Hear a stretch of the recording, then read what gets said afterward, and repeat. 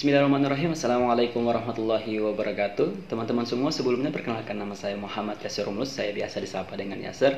Saya merupakan mahasiswa magister keperawatan FKKMK UGM. Di sini saya membuat video yang akan membahas atau memberikan sedikit pengetahuan kepada teman-teman terkait dengan hipnosis.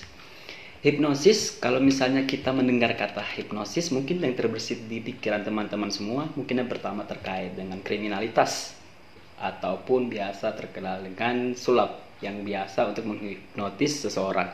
Namun kali ini ada yang berbeda yang akan saya bahas, yaitu terkait dengan hipnosis atau hipnoterapi di bagian atau di bidang kesehatan. Nah, di sini saya akan memberikan sedikit pengetahuan kepada teman-teman semua bagaimana hipnosis ini atau hipnoterapi ini yang berkaitan dengan penyakit kronis, atau di sini yang akan kita bahas adalah penyakit kanker payudara. Mungkin lanjut saja, kita akan bahas satu persatu.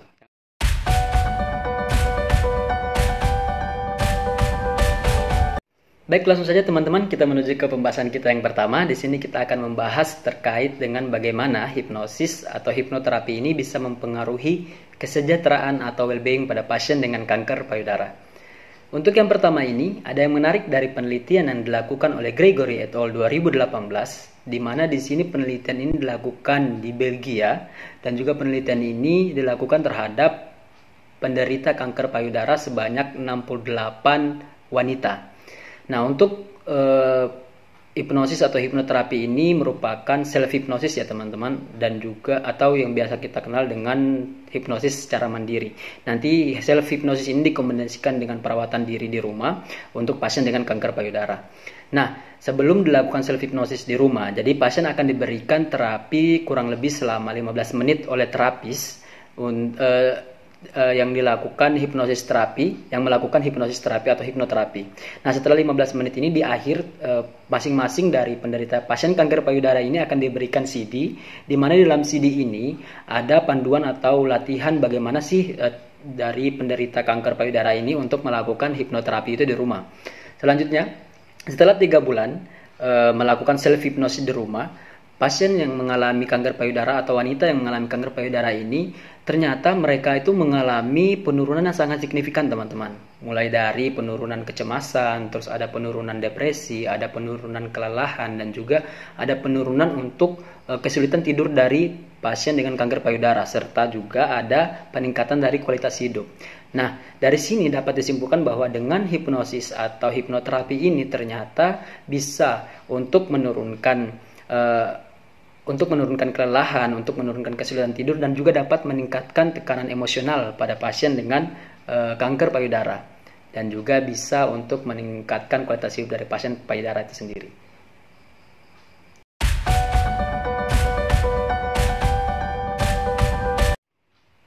Baik teman-teman, kita lanjut ke pembahasan kita yang kedua. Di sini saya akan membahas terkait dengan bagaimana hipnosis atau hipnoterapi ini bisa mempengaruhi body image atau citra tubuh pada pasien dengan kanker payudara. Untuk itu, saya sudah mencari salah satu jurnal yang berkaitan dengan hal tersebut, yaitu jurnal dari Barton et al. 2019, di mana Barton et al. 2019 ini dia ingin mengetahui tentang bagaimana sih kemanjuran atau efektivitas antara terapi hipnosis dan juga terapi relaksasi otot progresif terkait dengan body image untuk pasien dengan kanker payudara. Nah, selanjutnya teman-teman, jadi pada penelitian ini mereka melakukan penelitian terhadap 87 wanita dengan pasien kanker payudara yang dibagi menjadi 2 kelompok, yaitu kelompok hipnosis dan kelompok relaksasi otot progresif, di mana kelompok hipnosis terdiri dari 59 wanita dan kelompok relaksasi otot progresif terdiri dari 28 wanita. Selanjutnya, jadi mereka akan diberikan terapi kurang lebih dari 15-20 menit untuk terapi hipnosis dan juga terapi relaksasi otot progresif, dan setelah itu mereka diberikan CD berupa drive juga. Jadi nanti mereka akan diberikan CD dan drive ini untuk mereka bisa melakukan latihan di rumah atau melakukan hipnosis atau relaksasi otot progresif ini di rumah dengan panduan tersebut. Nah, setelah dilakukan di rumah kurang lebih 3 kali seminggu, jadi setelah mereka melakukan itu 3 kali seminggu kurang lebih sudah 2 minggu ya teman-teman. Jadi setelah 2 minggu itu mereka melakukan, di sini dilaporkan bahwa ternyata dari kelompok yang hipnosis tadi itu melaporkan bahwa mereka mengalami istilahnya ada peningkatan dari ketertarikan seksual dan juga ada peningkatan dari kepuasan seksual untuk pasien dengan kanker payudara yang diberikan terapi hipnosis tadi. Selanjutnya untuk pasien dengan kanker payudara yang diberikan terapi dengan relaksasi otot progresif ini, mereka meningkat lebih ke pengaruh positifnya. Jadi untuk itu dapat disimpulkan bahwa memang pada pasien dengan kanker payudara ini, body image atau citra tubuh ini memang sangat penting teman-teman untuk diperhatikan, sehingga hipnosis atau hipnoterapi ini bisa dijadikan salah satu pilihan teman-teman untuk melakukan terapi pada pasien, sehingga nanti bisa untuk meningkatkan citra tubuh sehingga pasien itu tidak memiliki citra tubuh yang buruk. Baik teman-teman, kita lanjutkan untuk pembahasan yang ketiga. Di sini saya akan membahas terkait dengan bagaimana hipnosis atau hipnoterapi ini mampu untuk menurunkan distress emosional pada pasien dengan kanker payudara. Untuk itu di sini saya sudah menemukan satu penelitian terkait dengan hal tersebut, yaitu penelitian dari Bragard et al. 2017, di mana penelitian ini bertujuan untuk mengeksplorasi bagaimana pengaruh dari terapi yang akan diberikan untuk pasien yang dengan kanker payudara terhadap kualitas tidur, kualitas hidup, dan kelayakan dari untuk penyesuaian mental pada pasien dengan kanker payudara. Jadi di sini penelitian ini sendiri dia melakukan penelitian terhadap 99 pasien atau penderita kanker payudara, di mana di sini dibagi menjadi 3 kelompok teman-teman. Jadi untuk yang kelompok pertama itu dia merupakan kelompok CBT atau Cognitive Behavioral Therapy yang berjumlah 10 penderita kanker payudara. Selanjutnya untuk yang kelompok kedua itu terdiri dari 21 teman-teman. Jadi 21 pasien atau penderita kanker payudara untuk diberikan terapi yoga, dan yang kelompok ketiga itu terapi self hypnosis yang berjumlah 68 pasien teman-teman yang diberikan untuk terapi self hypnosis.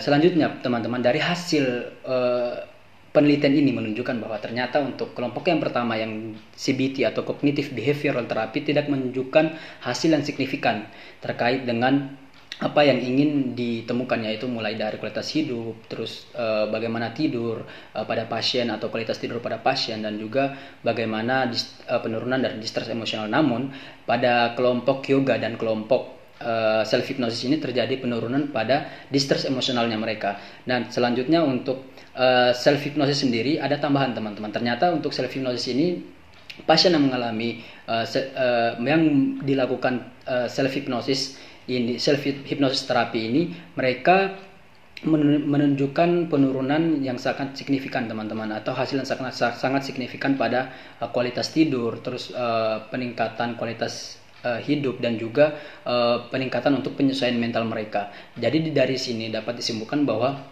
memang pada pasien-pasien dengan kanker payudara ini setelah diberikan terapi, ternyata self hypnosis ini sangat berperan sangat penting dalam memberikan penyesuaian atau penurunan dari distress emosional pada pasien-pasien dengan kanker payudara, sehingga memang ini menjadi pilihan juga buat kita sebagai tenaga kesehatan untuk menjadikan terapi hipnosis ini sebagai pilihan dalam melakukan tindakan kepada pasien dengan kanker payudara.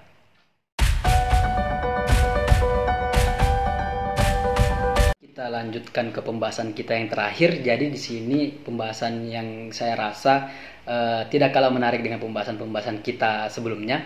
Jadi pembahasan yang terakhir ini kita akan membahas terkait dengan hipnoterapi sebagai hipnosedasi, atau bagaimana hipnoterapi ini digunakan untuk pasien dengan operasi kanker payudara dan bisa dilakukan sebagai pilihan untuk menggantikan anestesi atau pembiusan pada pasien yang akan dilakukan operasi kanker payudara.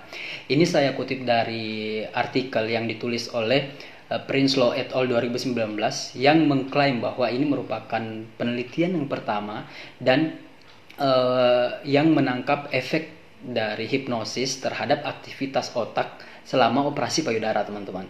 Jadi untuk untuk penelitian ini sendiri, jadi pada besar dan lokalisasi dari EEG dapat secara objektif menunjukkan kemampuan dari otak untuk memanfaatkan hipnosis ini untuk memproses citra dan mengurangi bahaya dan rangsangan berbahaya itu selama operasi, teman-teman.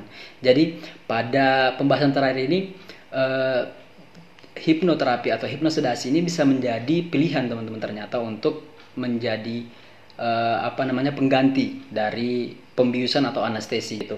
Nah, selanjutnya teman-teman, saya rasa sudah sangat ada beberapa yang sudah saya sampaikan dan juga sangat banyak yang sudah saya sampaikan kepada teman-teman semua. Semoga bisa bermanfaat kepada teman-teman semua.